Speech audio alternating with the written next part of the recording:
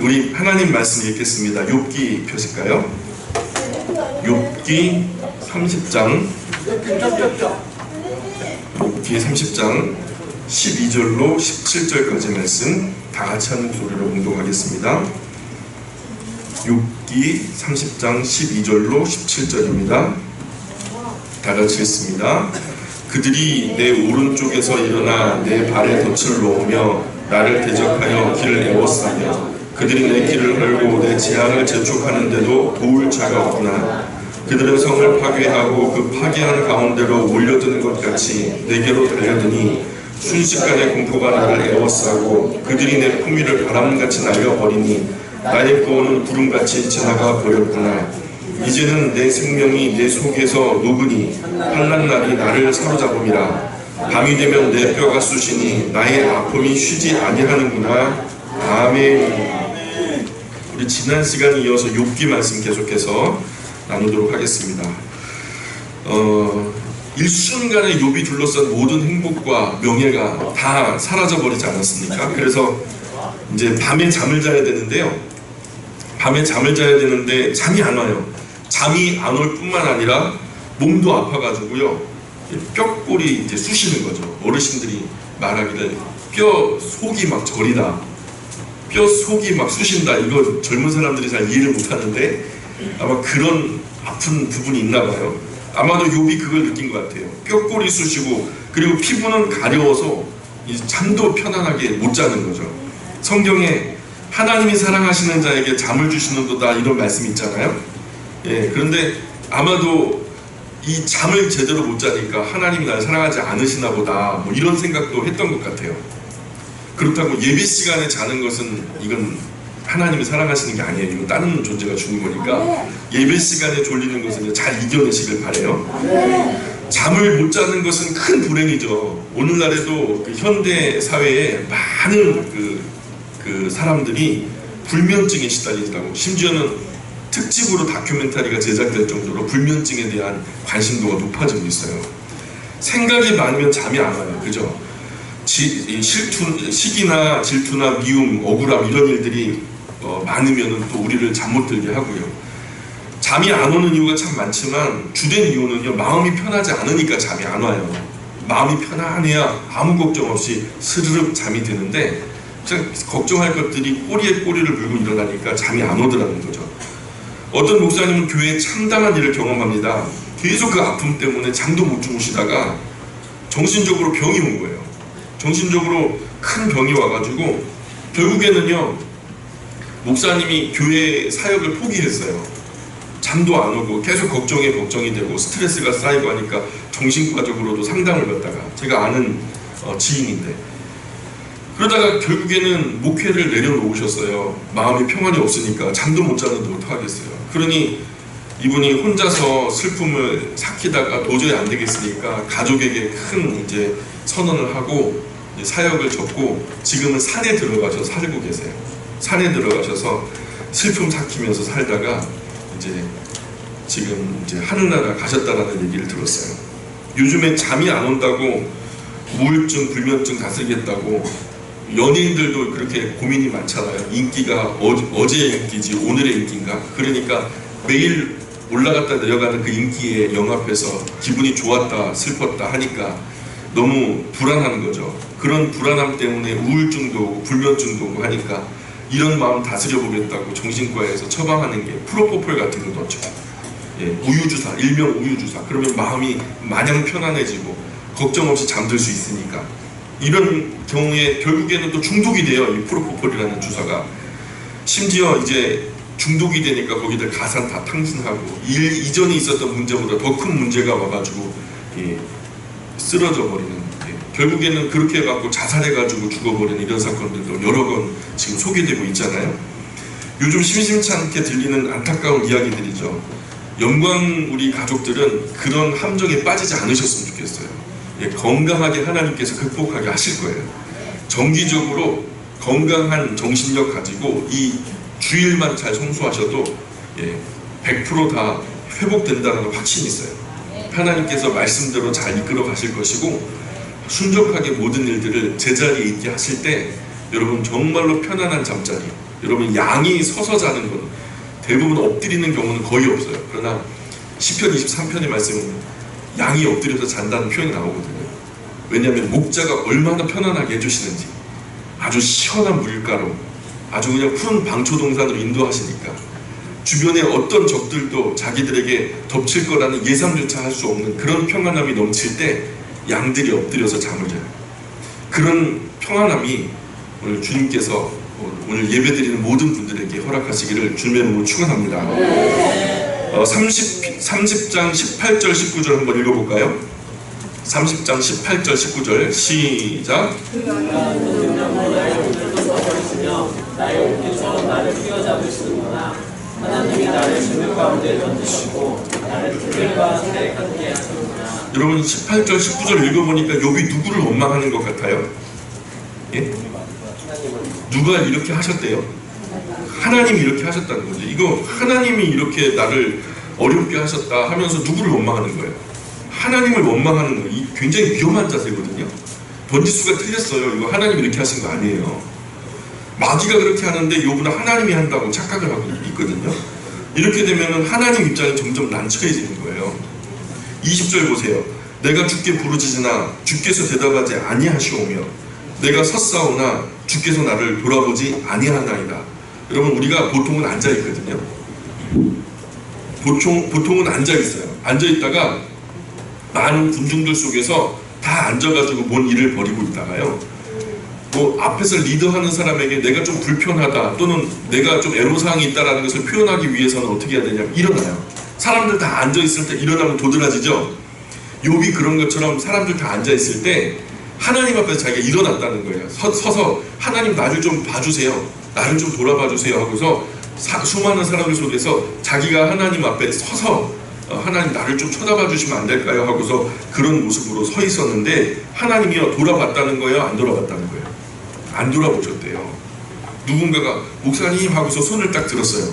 근데 제가 예배를 진행해야 되기 때문에 애써 든 손을 갖다가 외면합니다. 그럼 돌아보지 않는다는 표현이 그런 것 같아요. 욥이 소리를 질러 발악을 해봐도 하나님이 대답을 안 하시는 거예요. 하나님 눈에 띄어보려고 일어나가지고 하나님 저 여기 있어요 하고서 손을 흔들어도 하나님이 돌아보지 않으신다는 거죠. 자 21절 여러분 읽어주세요. 시작.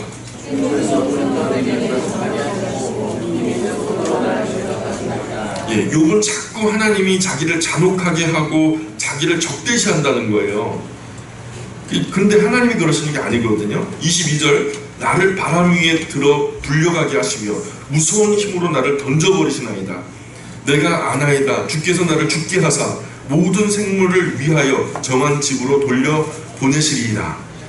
마치 토네이도가 자기를 회오리로 막 끌어올리잖아요. 토네이도 아시죠? 회오리 바람. 그게 막 자기가 원치 않지만 몸을 갖다가 높은 공중으로 확 올렸다가 여러분 바닥에다 가만히 내려놓나요? 여러분 회오리 바람이 가만히 올렸다 가만히 내려놔요. 이 엄청나게 세게 그냥 막 머리채를 끄집어 당기듯이 확 잡아채가지고 올리더니 나도 알지 못할 아무데다가 팽개쳐 버리잖아요. 마치 그런 것처럼 자기가 욥이 지금 그런다는 거예요. 회오리로 끌어올려서 공중에 정신없이 그냥 돌리다가 어딘가 맺히는 것처럼 하나님께서 지금 자기를 그렇게 뱅글뱅글 정신없이 돌려 어딘가에 매달 꽂고 있다는 거예요. 그래서 결국 팽개쳐진 자신은 그렇게 비참하게 죽게 될 것이고 아무도 돌아보는 일 없이 누구도 아는 곳이 없이 아는 것 없이 자기 비참하게 그렇게 죽어질 거라는 거예요. 온 세상은요 다른 사람이 있었는지도 모르는 채 평안하게 잘 굴러갈 거라고요. 예, 그렇게 지금 욥이 얘기를 하는 거예요. 여러분 많은 젊은 친구들이 우리 형제들이 군대 갈 때 내가 없으면 세상이 안 돌아갈 것 같다라고. 근데 내가 군대에서 이렇게 2년 동안 갇혀있는데도 세상은 잘 돌아가더라 하면서 섭섭해하더라고요. 그런 것처럼 욥이 자기가 없으면 세상이 안 돌아갈 것 같은데 자기가 여전히 이렇게 회오리 바람으로 올려가고 팽개쳐서 쓰러져 죽어가는데도 아무도 돌아보는 이가 없고 내가 없는데도 세상은 여전히 평안하게 잘 돌아가더라는 거죠. 이런 섭섭함을 표현하고 있어요. 30장 24절 그러나 사람이 넘어질 때에 어찌 손을 펴지 아니하며 재앙을 당할 때에 어찌 도움을 부르짖지 아니하리이까. 그죠? 넘어질 때 그냥 몸으로 쿵 하고 넘어진 사람 있어요? 어린 아이라도요 넘어질 때 본능적으로 어떻게 해요? 손을 받쳐내는 거죠. 몸을 보호하기 위해서. 그냥 몸으로 넘어지면 얼굴이 깨지든지 몸이 깨지든지 그리고 갈비뼈가 부러지든지 간에 그러잖아요. 그러니까 넘어질 때 자기도 모르게 손을 먼저 짚어서 충격을 덜하게 하죠. 자연스러운 방어 기제예요. 순간 물에 빠진 사람이 살려주세요 하고 부르짖잖아요. 그거 배우지 않아도 그게 그렇게 돼요. 제가 빠져봤거든요. 제가 그거 배우지 않았는데도 불구하고 물에 빠지니까 내가 여기 있어요, 나를 좀 돌아봐 주세요 하면서 비명을 지를 수밖에 없더라고요. 그냥 쇳소리로 체면 불구하고 목소리 가다듬어서 그거 좀 나 좀 살려주십시오 이렇게 말하는 게 아니에요. 그게 아니라 내가 부르짖을 수 있는 최선을 다해서 낼 수 있는 모든 소리를 모아서 가장 강력한 목소리로 사람들, 나를 건져줄 수 있는 사람들에게 자기를 갖다가 피력하는 거죠. 아주 자연스러운 방어 기제예요. 그런 것처럼 욥도 죽을 상황인데요, 뭘 못하겠냐는 거예요. 네? 그래서 혹시 말이나 행동이나 잘못됐다라고 트집 잡지 말라는 거죠. 지금 내가 죽을 판인데, 아니 죽음보다 더 큰 고통을 느끼고 있는데 내가 무슨 말 못하겠냐, 무슨 행동 못하겠냐, 너희가 내 입장 돼봐라, 너희가 물에 빠져봐라, 이렇게 소리 안 지르겠냐. 그잖아요. 그렇지 않겠어요? 동현아 그렇지? 동현아 그렇지? 그런단 말이죠. 그렇잖아요. 친구들도 욥의 입장이 되면 그렇게 안 하겠어요. 지금 그런 것 가지고 트집 잡지 말라는 거예요. 누구든지 넘어지면서 손을 짚고 물에 빠질 때 살려달라고 소리 지르는 것처럼 나도 그렇게 마지막에 최후의 몸부림을 하고 있는데 이것 가지고 뭐라고 하면 안 된다는 거예요. 이제 욥의 변명이 시작되는데 그가 얼마나 어렵게 살았는지를 이야기하거든요. 25절 보세요. 25절, 30장 25절. 고생의 나를 보내는 자를 위하여 내가 울지 아니하였는가. 그죠? 고생하는 사람들 옆에서 함께 울어줬다는 거예요. 빈궁한 자를 위하여 내 마음에 근심하지 아니하였는가. 내가 복을 바랐더니 화가 왔고 광명을 기다렸더니 흑암이 왔구나. 그죠? 표창장 받을 줄 알았는데 뺨을 맞는다는 거죠. 그죠? 내 마음이 들끓어 고요함이 없구나. 환난 날이 내게 임하였구나. 나는 햇볕에 쬐지 않고도 검어진 피부를 가지고 걸으며 회중 가운데 서서 도움을 부르짖고 있느니라. 나는 이리의 형제요 타조의 보시로구나. 나를 돕고 있는 피부는 검어졌고 내 뼈는 열기로 말미암아 탔구나. 여러분, 아주 그냥 속이 새까맣게 타면 얼굴도 타더라고요. 그죠? 마음에 근심이 많으면 얼굴이 어두워져요. 안광이라는 이 얼굴이 어두워서 그늘이 들이워지는 거죠. 피부는 하얘요. 근데 얼굴이 표정이나 뭔가 느껴지는 것이 어두운 거죠. 그런 것과 더불어서 염증으로 인해서 열이 얼마나 나는지 뼈가 타는 고통을 겪었다는 거예요. 그리고 그런 어떤 수심이 가득 드리워진 얼굴. 그죠?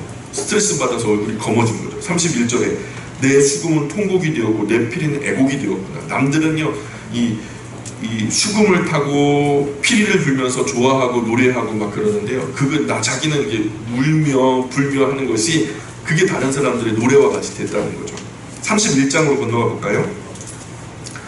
31장 1절로 4절까지 한번 읽어보겠습니다. 31장 1절로 4절 시작.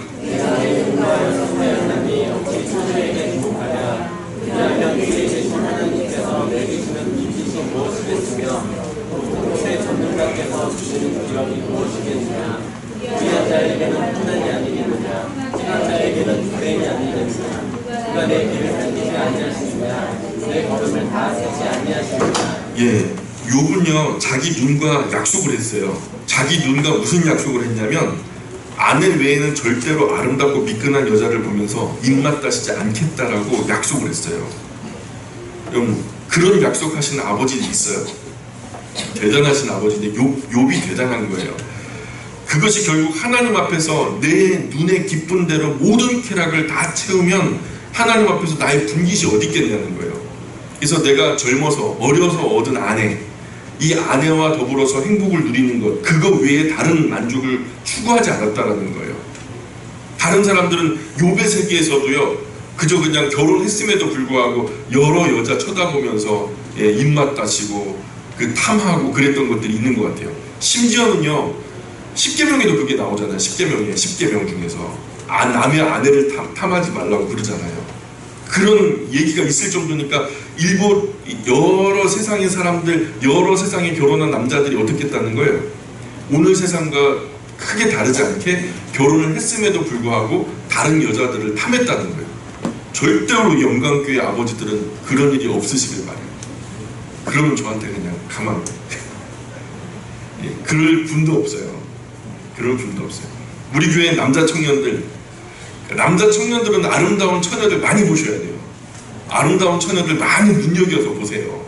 예, 신앙도 인격도 보시면서 아름답고 미끈하고 경건하고 현숙하고 신실한 신앙의 처녀들을 많이 보셔야 돼요. 남자 청년들 그렇게 많이 보셔야 돼요. 아멘 하세요. 아멘 하셔야 돼요. 결혼해야 되잖아. 예, 신부감 골라야 되잖아. 그래서 하나님께서 마음에 기쁨을 주시는 처녀와 빨리 결혼하셔야 돼요. 빨리.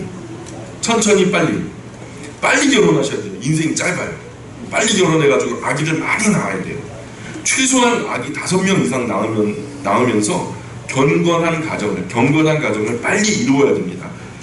근데 이 자리에 결혼한 아버지들 아름다운 처녀를 보고 마음에 무슨 이상한 생각이 들면 곤란한 거죠. 보고서 아름답다 그거 여쭤봤어요. 그죠? 하나님이 아름답게 만드셨으니까 우리가 눈이 뭐 떠 있는데 안 볼 수는 없잖아요. 봤는데 아 참 아름답다 하는 것은 어쩔 수 없어요. 그거는 내 머리 위로 새가 지나가는 것처럼 어쩔 수 없는 일이에요. 그러나 그 새가 머리에 그 새 둥지를 틀지는 않게 할 수 있잖아요. 그쵸? 그죠? 그 생각이 구체화되어서 더 그 이상 만나고 싶고 그 이상 만지고 싶고 그 이상 범하고 싶고 이것은 범죄예요. 그것이 구체화되는 순간 그게 범죄가 되고 말아요. 우리 모든 건강한 남자들에게 어려운 숙제예요. 많은 우리 한국 교회, 조국 교회 원로들이요. 한경직 목사님이 큰 중병에 걸려서 어려워하신다는 얘기를 듣고서 말년에 그분을 찾아갔대요. 그래서 그분이 80이 훨씬 넘은 90 가까우신 분인데 이 원로들이 가셔서 목사님 그 후배들에게 귀한 어떤 그 목회의 철학을 많이 나눠주셔야 되는데 이렇게 병에 걸려서 참 많이 힘드시겠다고 막 위로하고 위문을 하면서 우리 찾아온 후배 목사들에게 좀 귀한 그 금원을 우리에게 말씀해 주시면 좋겠다고 하면서 이제 여러 가지 질문을 받고 대답을 하는 과정 속에 여자에 대한 이 음욕에 대한 이야기를 갖다가 털어놨다는 거예요. 목사님 그러면 그 여성의 유혹에 대한 것은 어떻게 지혜로운 답변을 주시겠습니까? 하니까 한경직 목사님이 했던 말이 나는 아직도 그것을 위해서 기도한다는 거예요. 90 가까우신 어르신 목사님이요 아직도 자기는 그것을 위해서 기도하고 있다는 거예요. 여러분 한경직 목사님 같은 인격적인 분이고 평생 목회를 해오셨던 분이 그것에 대해서 기도를 하실 정도면은요 우리는 뭐 뻔한 거죠. 우리가 다 다르지 않거든요. 그리고 우리가 그런 부분에 본성이 있음을 우리가 인정할 수밖에 없어요. 그러나 그것이 우리를 정복하지 못하도록 죄가 문 앞에서 엎드려져 있어요. 그러나 그것을 다스리는 것은 누구다?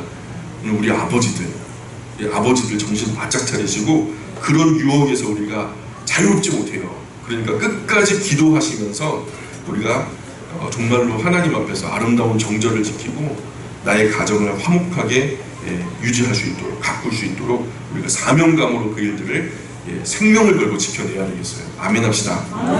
그래서 욥은 아예 눈으로 보는 것부터 금하기로 자기 눈하고 약속을 했다는 거예요. 아름다운 처녀를 내가 바라보지 않기로 그냥 약속을 했다는 거예요. 여자분들 뵐 때 제가 눈을 보지 않고 이마를 보거나 아니면 딴 먼 산을 바라보면서 얘기하는 거 좀 이해해 주시기 바래요. 제가 뭐 눈하고 약속한 것은 아니지만 좀 민망하거든요. 제 아내하고도 눈 맞춤을 하는데 다른 여자들하고 눈 맞춤하는 게 좀 낯설어요. 그러니까 좀 오해하지 마시고 목사님이 삐졌나 보다 이런 생각하지 마시고 그게 아니라 그잖아요. 욥이 이제 불의한 자에게는 환난이 임하는 것이 옳고 행악한 자에게는 불행이 닥치는 것이 맞다라는 거예요. 그러니 하나님께서 욥의 삶의 걸음까지도 헤아리시는 분이 평가해 주시기를 바란다는 거예요. 저는 무서워서 이런 말 못해요. 하나님 제 마음까지 다 아시니까요. 제가 행악간에 저를 평가해 주시고 판단해 주세요. 저 당장에 지옥 갈 거예요. 저 그렇게 말 못해요. 근데 욥은요 그 말을 담대하게 했다니까요. 하나님 행악간에요 저를 판단해 주세요. 그러면 행한 대로 저를 갚아주세요. 그냥 웬만큼 당당하지 않으면 나올 수 없는 말이에요. 이게 31장 5절 볼까요? 5절 만일 내가 허위와 함께 동행하고 내 발이 속임수에 빨랐다면 하나님께서 나를 공평한 저울에 달아보시고 그가 나의 온전함을 아시기를 바라노라. 그러니까 진실이 아닌 것을 진실인 것처럼 꾸미지도 않았대요. 허위라는 게 그런 거잖아요. 허위, 조작 이런 거잖아요. 근데 진실이 아닌 것을 진실인 것처럼 꾸미지도 않았다는 거예요. 속임수로 남을 속여먹지도 않았다는 거죠. 헛된 거짓으로 만일 내 걸음이 길에서 떠났거나 내 마음이 내 눈을 따랐거나 내 손에 더러운 것이 묻었다면, 그죠? 이 말은요, 정도에서 떠나가지 않았다라는 거예요. 하나님의 말씀의 정도에서 벗어나지 않았다는 거예요. 눈에 뭐가 보여도 마음은 따라가지 않으려고 노력했고 그것을 범하지 않았다라는 거죠. 8절 보세요. 내가 심은 것을 타인이 먹으며 나의 소출이 뿌리째 뽑히기를 바라노라. 만약에 그렇게 했다면 이 모든 것이 이렇게 되어도 좋다는 거예요. 9절. 만일 내 마음이 여인에게 유혹되어 이웃의 문을 엿보아 문에서 숨어 기다렸다면 내 아내가 타인의 맷돌을 돌리며 타인과 더불어 동침하기를 바라노라.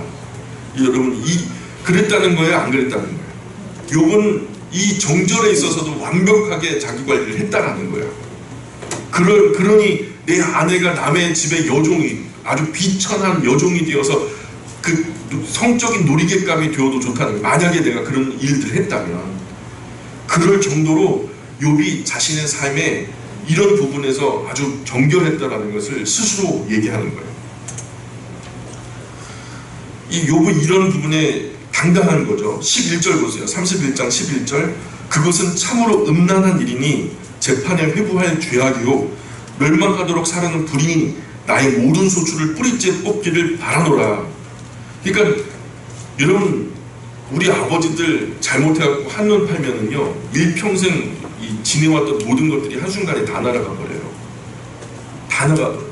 이번에 얼마나 그 정치인들 평생 그 청와대에 들어가기까지 얼마나 고생했어요.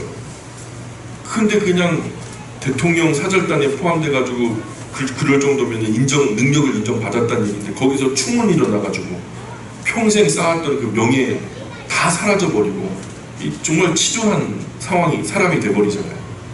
그 인과관계가 어떻게 되는지 몰라도요, 우리가 그런 빌미를 주면 안 되지 않겠어요? 그래서 이제 우리가 한번 말씀 보세요. 13절.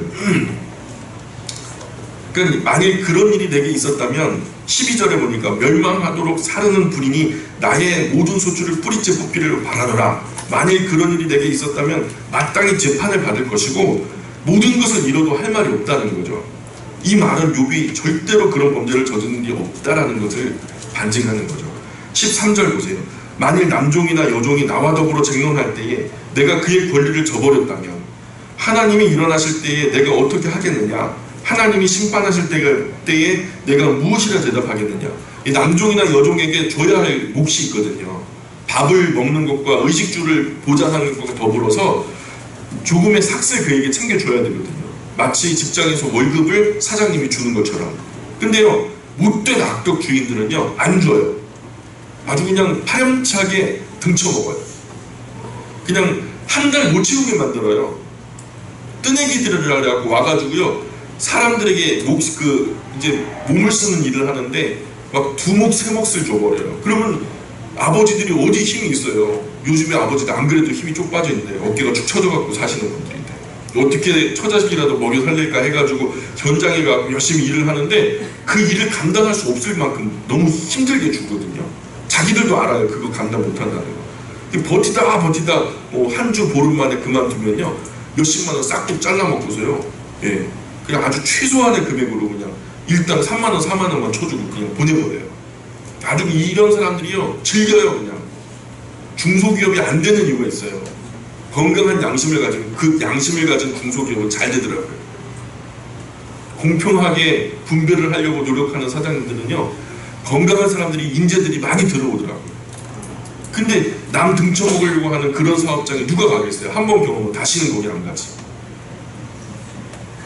욥이 큰 부자이기 때문에 그의 큰 배경으로 종을 억울하게 착취했다거나 그들의 권리를 착복했다면 후에 하나님께서 심판하실 때 내가 뭐라고 대답할 수 있겠냐는 거죠. 그러나 그런 일이 있다는 거예요, 없다는 거예요? 없다는 거예요, 여러분. 15절 읽어볼까요? 15절 시작.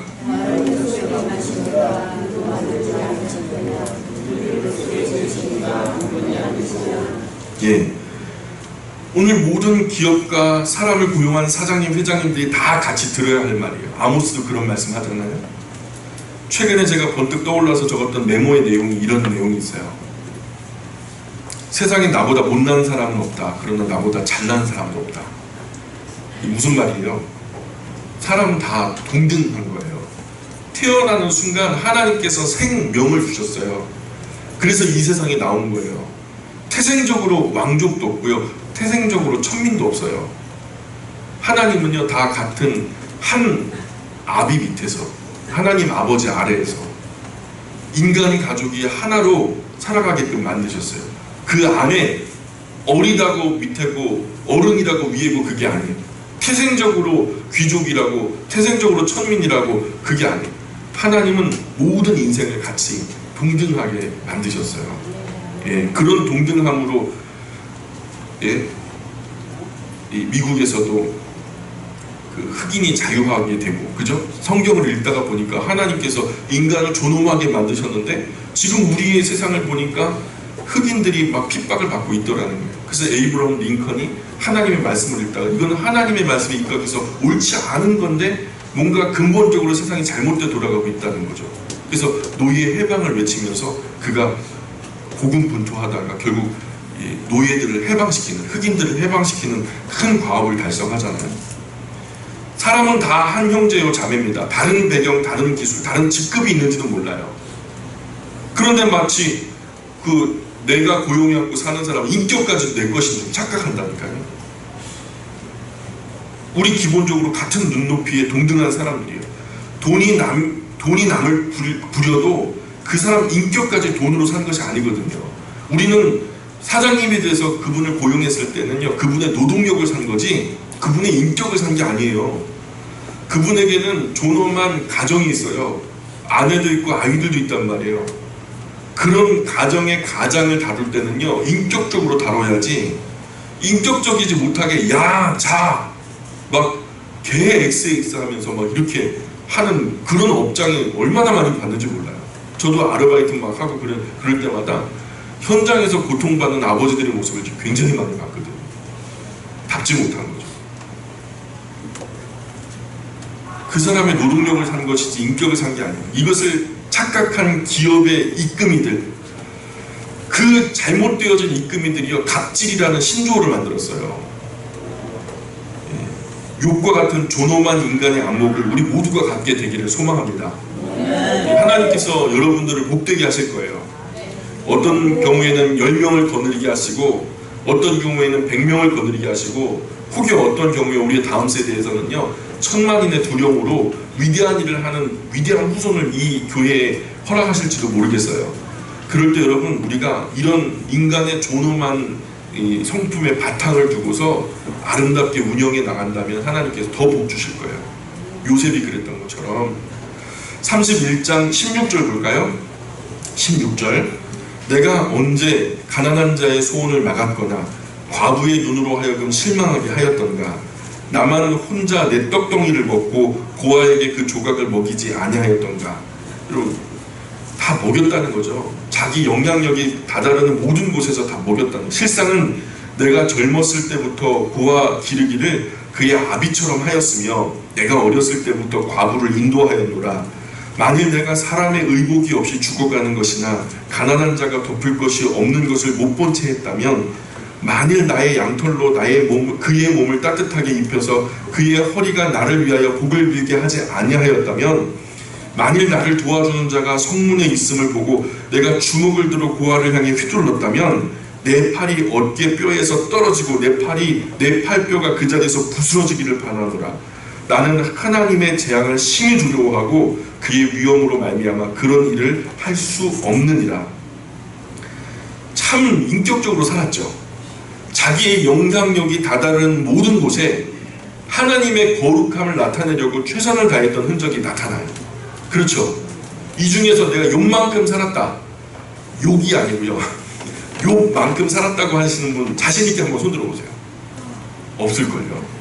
없을걸요. 언제 가난하고 어려운 사람들을 언제나 가난하고 어려운 사람들을 살피려고 노력했다는 거예요. 만일 그들을 억압하고 자기 팔로 누구를 학대했다면 그 팔이 빠져서 부스러져도 좋다는 거예요. 욥이 참 경건하게 살았어요. 그는 하나님 보시기에 불편한 일을 아예 하지 않으려고 노력했어요. 그래서 하나님이 욥을요 아주 온전하고 정직해서 하나님을 경외하면서 악에서 떠난 자라고 자랑했다니까요. 천상의 회의에서. 여러분, 나의 삶을 되돌아볼 때 내가 양심에 손을 얹고 하나님이 내 인생을 되돌아보시면서 천상의 회의에서 나를 자랑스러워 하실까 한번 손들어 생각해 보세요. 자랑스러워 하실 것 같은 분들은 손들어 보세요. 그래요. 예. 아 진짜 멋지고 이해되니 홍연 내리세요. 예. 그럴 거예요. 그런 분들이 있을 테지만 우리 일반적으로 대부분은요 부끄러울 거예요. 천상의 회의에서 내 인생이 알려질까 봐 두려워 벌벌 떨 거예요. 우린 예수 없으면 못 살아요. 네. 24절 만일 내가 내 소망을 금에다 두고, 오늘날은 금에는 내 소망을 돈에다 두고 순금에게 너는 내 의뢰하는 바라 하였다면, 만일 재물의 풍부함과 손으로 얻은 것이 많음으로 기뻐하였다면, 만일 해가 빛남과 달이 밝게 뜬 것을 보고 내 마음이 슬며시 유혹이 되어 내 손에 입맞추었다면 그것도 재판에 회부할 죄악이니 내가 그리하였으면 위에 계신 하나님을 속이는 것이니라. 그죠? 친구들이 말했던 대로 재판을 굳게 하는 거예요. 왜 뇌물을 받고 너가 재판을 굳게 해가지고 그 뇌물 때문에 네가 동방에서 가장 큰 부자 된 거 아니냐? 막 이렇게 막 넘겨짚어 얘기를 했거든요. 근데 만약에 내가 그렇게 부분 재판을 통해서 스스로를 속이고 물질을 탐했다면 그것도 하나님을 속이는 무서운 죄가 돼서 자기가 재판을 받아 마땅하다는 거죠. 죽어도 할 말이 없다는 거예요. 근데 그렇게 했다는 거예요? 안 했다는 거예요? 안 했다는 거예요. 29절 보세요. 29절 30절 읽어볼까요? 시작. 내가 언제 나를 기용하는 자의 멸망을 기뻐하고 그가 재난을 가난으로 기뻐하였습니다. 그가 주님을 구하는 말로 기쁨을 전구하여 내 입이 범죄하게 하지 아니하였구나. 그죠? 남 잘못되는 거 보고 고소해하거나 즐거워하지 않았다라는 거죠. 누구처럼? 친구들처럼. 자기는 최소한 그렇게 하지 않았다는 거예요. 여러분, 질투라는 게 무서워요. 시기 질투. 그죠? 남 잘 되는 거. 우리 집은 맨날 싸우는데 저 집은 맨날 그냥 화목해. 우리 집은 그냥 막 이렇게 탁구방 같은 데서 어렵게 사는데 그것도 한 달 벌어 한 달 먹고 사는데 저 집은 그냥 평생 먹을 거 다 쟁여놨어. 이런 어떤 상대적인 빈곤감, 상대적인 어떤 그 결핍, 이런 것들을 보면서 우리가 얼마나 힘들어요. 그러다가 그 집이 막 싸워가지고 막 큰일이 벌어져요. 막 사업이 풍비박산 나가지고 쫄딱 망해버려요. 그럼 우리 마음의 본성이 어떤 게 있냐면, 아이고 고소하다, 이런 게 있거든요. 저만 있는 건 아니라 여러분 다 있을 거라고 생각해요. 저만 있나 봐요. 죄송해요. 저만 있나 봐요. 그런 게 사람 안에 본성 속에 있어요. 나만 도태되는 것 같다가 누가 내 자리로 같이 낮아지면요, 그게 그렇게 좋을 수가 없어요. 그죠? 31절 보세요. 내 장막 사람들은 주인의 고기에 배부르지 않은 자가 어디 있느뇨 하지 아니하였는가. 실상은 나그네가 거리에서 자지 아니하도록 나는 행인에게 내 문을 열어주었노라. 그죠? 내가 주인이고 아래는 다 종이라고 먹을 거 차별하지 않았어요. 주인의 상에는 고기 오르고, 그죠? 종들의 상에는요 맨날 풀떼기만 주고 그렇게 하지 않았다는 거죠. 요즘에는 풀떼기가 훨씬 더 고급 음식이에요. 아셔야만 해요. 그죠? 종이라고 다 먹을 거 차별하지 않았다는 거예요. 맛있는 거 있으면은 종이고 주인이고 할 것 없이 다 공평하게 나눠 먹었다는 거예요. 나그네가 잘 곳이 없어서 난감해할 때요, 언제나 문을 열어 쉴 곳과 먹을 것을 제공했다는 거죠. 이런 인격적인 삶을 살았어요. 여러분, 다음 세대예요. 여지 서 있는 교회와 망한 교회의 차이가 뭔지 아세요? 다음 세대에 살아있는 교회가 되거나 죽어버린 교회가 될 가능성이 있는데, 여러분 그 기준이 되는 게 뭔지 아세요? 인격이에요. 인격. 주님 예수님께서 팔복을 얘기하잖아요. 산상수훈이라는 거. 그 얘기 끝에 뭐라고 말씀하시냐면 이 말씀하세요. 내가 팔복을 얘기했는데 팔복은 다 같이 뭐예요? 율법보다 더하라는 거예요. 오리를 갖고자 하는 자의 심리를 갖고 속을 갖고자 하는 거룩까지 주고요. 오른뺨을 맞으면 왼뺨도 돌려대라는 거죠. 이런 얘기를 하시면서 레위기에서 말씀하셨던 인격은 거기까지만 얘기했지만 이제는 그거보다 더 멋지게 살아내야 된다. 왜냐하면 일반적인 세상 사람들도 인격적인 사람들이 그 정도는 사니까. 그러나 너희는 그거보다 더 인격적으로 살아야 된다는 거예요. 인격에서 탁월하지 않으면 안 된다는 거예요. 그리고서 예수님이 맺는 말에 뭐라고 말씀하셨냐면 내 이 말을 듣고 순종하는 자는 반석 위에 터를 닫고 집을 지은 같다. 비가 오고 창수가 나도 쉬 무너지지 아니하리라. 여러분 교회가 그래요. 공동체가 그래요. 인격적으로 탁월한 분들이 이곳에 많으면요 다음 세대 절대로 무너지지 않습니다. 우리가 인격이 못됐더라도 하나님 말씀 읽으면서 인격적으로 우리가 지면 안 돼. 세상에게 지면 안 돼. 여러분 우리가 더 참되게 진실하게 바르게 살려고 노력하면요 이 교회는 다음 세대에 비전이 있어요. 헌금 많이 하지 않아도 돼요. 여러분 헌금이 중요한 게 아니에요. 우리 인격이 중요한 거라니까요. 이 공동체를 채우고 있는 우리의 인격이 얼마나 고귀한 가치를 가지는가 여러분 이것을 눈 뜨셔야 돼요. 그래서 아니라는 가운데 내가 일상생활 살면서 여러분 머리에는 영광교회 성도, 영광교회 집사, 영광교회 장로, 영광교회 목사라는 거 다 붙이고 사는데요. 그거 무시하고서 함부로 살았던 결과 결국 하나님의 교회를 허무는 무서운 일을 범하고 마는 거죠. 그럼 우리가 다 빛의 자녀예요. 하나님 빛이시고요. 빛의 자녀들처럼 행하셔야 돼요. 모든 착함과 의로움과 진실함이 있어요. 우리의 행동이 그래야 돼요. 33절 31장 33절 33절 34절 읽어볼게요. 시작. 내가 언제 다른 사람처럼 내 앞에 승리를 이거나 나의 죄악을 나의 손에 묻었으며 내가 언제 큰 불과 여러 사람에게 수모가 두려워 대문 감고 내가 찾은 양호 괜찮다는 것이다. 예, 자기 죄를 숨긴 일이 없었다는 거예요. 자기가 죄를 지어서 그걸 갖다가 뒤로 감추잖아요. 우리 정치인들 간혹 그러잖아요. 자기가 했는데도 안 했다가 발뺌하다가 나중에 증거 나오니까 아 그런 줄 몰랐다. 뭐 이렇게 모를 수가 없는 일인데 그죠? 끝까지 최순실을 몰랐다는 거죠.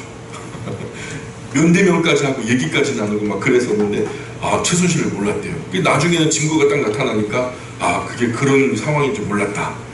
결국 하나님 앞에서도 그런 말 할 수 있는지 봐요. 여러분 옳은 일이라면 수모를 두려워하지 않고 수많은 사람들 앞에서 당당하게 마땅히 할 말을 했다는 거예요.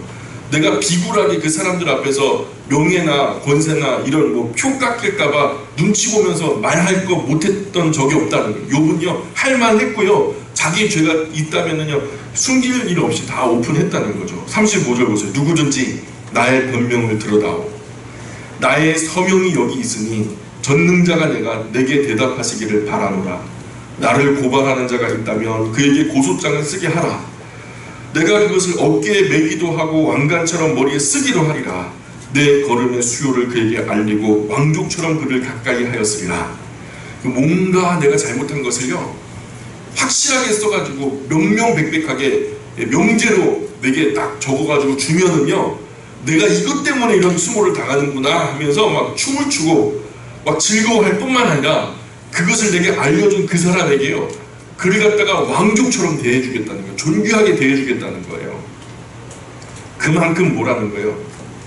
자기는 이런 큰 수모, 큰 재난, 큰 환난을 당할 만한 이유를 자기 삶에서 도저히 발견할 수가 없었다는 거죠. 하나님 앞서 말한 것이 사실이 아니라면 내게 대답해 주십시오. 앞서 한 말에 틀린 부분이 있다면 고소해도 좋습니다. 하늘법정이에요. 그런 부분이 나온다면 제가 그것을 어깨에 매기도 하고 왕관처럼 쓰고 다닐 겁니다. 그리고 나의 잘못된 부분을 정확하게 지적한 그 사람을 왕족처럼 존귀하게 대하겠습니다. 이렇게 얘기하는 거죠. 38절 마지막 우리 같이 읽어볼까요? 38절 39절 40절까지 시작. 만일 내 밭이 나를 향하여 부르짖고 밭 이랑이 함께 울었다면 만일 내가 값을 내지 않고 그 소출을 먹고 그 소유주가 생명을 잃게 하였다면 밀 대신에 가시나무가 나고 보리 대신에 독보리가 나는 것이 마땅하니라 하고 욥의 말이 그치니라. 오늘 우리가요 그리스도인들이 복음주의라고 하는 것이 서양에서 한국으로 들어왔어요. 교회들마다 복음주의를 표방하지만 여러분, 복음주의가 뭐냐면 복음이라는 것이 구원에 이르는 복음을 말하는 거예요. 예수 십자가, 그 예수 십자가의 보혈로 우리가 구원함을 입었잖아요. 그거 소중하죠. 정말로 귀해요. 그럼 여러분, 예수님을 구주와 주님으로 영접한 다음에 여러분 물과 성령으로 거듭나서 다시금 영원한 생명을 얻게 된 삶을 살게 된 거예요. 그렇게 시작된 삶이에요. 여러분, 우리가 다시 산 것을 믿습니까? 네. 예수 그리스도를 나의 구주와 주님을 영접하고 내 안에 새 생명이 심겨진 것을 우리가 믿어요. 곧 우리가 이대로 살다가 하나님 나라 가면 결국 우리를 건져주실 것도 우리가 믿어요. 중요한 것은요, 구원받은 이후에 주님 부르시는 그날까지 터울이 좀 있어요. 어떻게 살 것인가에 대한 얘기는요, 복음주의가 설명해 주질 못해요. 그럼 그것을 어디서 봐야 되냐면 구약에서 창세기부터 계시록까지 전체를 봐서 그들의 삶과 하나님께서 말씀하신 말씀을 비추어서 우리가 바르고 인격적으로 잘은 못하더라도, 부자가 되고 명예권세를 누리지 못하더라도 우리가 바르게는 살아야 되거든요. 이 초라한 인생이 하나님의 거룩한 그 명성에, 그 거룩한 이름을 망령되이 이끌음 받지 못하도록 우리가 빛의 자녀들처럼 정직하게는 살아가야 되거든요. 바르게는 살아가야 되거든요. 근데 우리 인생이 하나님의 이름에 누가 되게 살면 되겠습니까? 여러분, 복음주의가 그 부분에 대한 설명을 못한다니까요. 성경의 90%는요 우리가 어떻게 살 것인가에 대한 얘기를 주세요.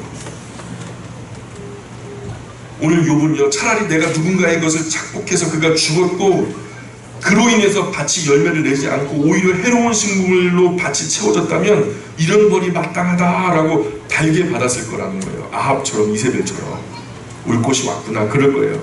근데 그럴 게 아니. 오늘 욥이 길게 말하죠, 그죠?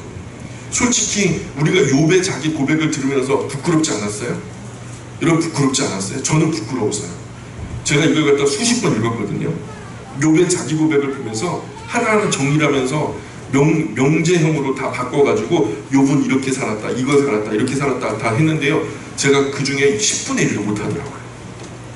제가 욥에게는 10분의 1도 다다르지 못하고 발 뒤꿈치도 못 잡는 거죠.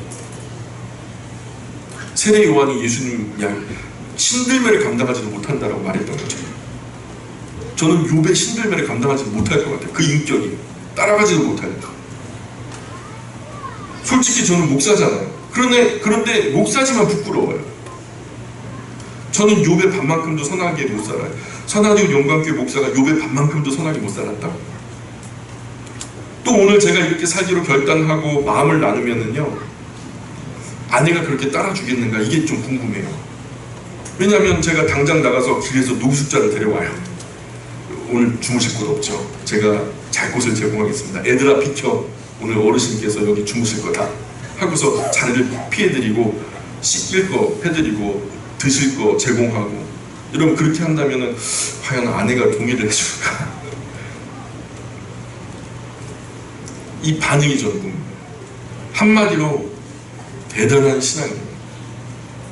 이게 말의 언어가 아니고요, 욥이 했던 이 일들은요, 이를 이루고 나서 행동 언어로서 말씀하는 거거든요.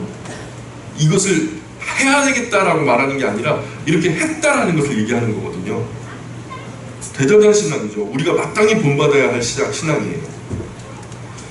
만일 욥이 이렇게 산 것으로 하루아침에 모든 자녀를 잃고 모든 재산을 잃고 모든 건강을 잃고 모든 명예를 잃고 모든 관계를 잃었다고 한다면, 이렇게 산 결과로 그렇게 다 잃었다고 한다면 저는 미리 그냥 다 접고 지옥에 가 있는 게 나아요. 그래서 욥은 그의 행위로 말미암는 저주나 징벌이 아니라는 거예요. 여러분, 이 시험이라는 거예요. 불같은 시험 많으나 겁내지 맙시다 그러잖아요, 그죠? 시작부터 그렇게 결론이 나 있었잖아요. 욥기 1장 시작할 때부터 악은 악에게서 나오는 거예요. 하나님이나 사람에게서 나오는 게 아니에요. 어떻든 오늘 우리가 함께 살폈던 욥의 자기 고백은요, 우리가 어떻게 살아가야 하는지를 보여줍니다. 욥은 예수님께서 자기를 위해서 십자가에 죽어주신 것도 모르는 사람이거든요. 그것을 모르는 사람이 이 정도로 살았어요. 근데 예수님께서 나를 위해서 십자가에 몸버려 피 흘려주신 것을 아는 우리가 이렇게 살고 있어요. 근데 우리 온갖 죄에 빠진 우리가 예수님 피로 씻음 받아가지고 예수님 희생의 피로 씻어 정결하게 된 것을 아는 우리가 어떻게 살아가야 할까요?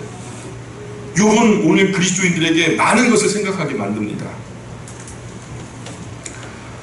우리가 다음 시간에는 32장부터 37장까지 엘리후라고 하는 네 번째 친구인데, 이 친구라고 말할 것도 없고 굉장히 어린 친구예요.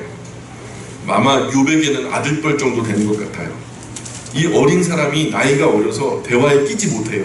어르신 세 분이 계속해서 번갈아 가면서 얘기하게끔 내버려 두고 있다가 어른들이 이 얘기 끝에 세 번, 네 번 이렇게 순례를 거치면서 얘기를 하다 보니까 지치잖아요. 탈진하잖아요. 말하다가 말싸움하기 얼마나 힘들어요. 근데 탈진해갖고 아무 말도 안 하고 서로 얼굴만 보면서 껌뻑껌뻑 있으니까 이제 엘리후라는 젊은 친구가 한마디 하겠다고 거창하게 나온 거예요. 갈수록 힘이 빠져서 나도 모르겠다 하고서 이제 엘리후도 뒤로 빠져버리거든요. 그런 이야기가 우리가 32장부터 37장까지 펼쳐지고요. 38장 이후에는 하나님께서 이제 말을 거두세요. 드디어 모든 인간의 입을 닫게, 모든 사람들이 입이 있지만 땅구멍 입이라도 할 말이 없게 함구하시게 만든 로마서의 말씀처럼, 그렇게 하나님이 말씀하시는 것으로 욥기가 최종 되단원의 막을 내리게 되죠. 오늘 우리가 거기까지 끝까지 성실하게 말씀 잘 들어냈으면 좋겠습니다. 기도하겠습니다. 하나님 아버지, 아버지께서 보시기에 정직하고 순전하고 여호와를 경외하고 악에서 떠난 사람 욥의 자기 고백을 살펴보았습니다. 하나님 아버지, 욥의 삶을 살펴보고 제 자신의 삶을 돌아보니까 정말 하나님 앞에 얼굴 들기가 부끄럽습니다. 이 욥기를 공부하는 동안 그리스도인의 삶을 인격적으로 잘 배워서 정말 노아나 다니엘이나 욥처럼 거룩한 삶을 살아서 우리의 삶이 하나님의 영광이 되게 하여 주옵소서. 예수님의 이름으로 기도합니다. 아멘.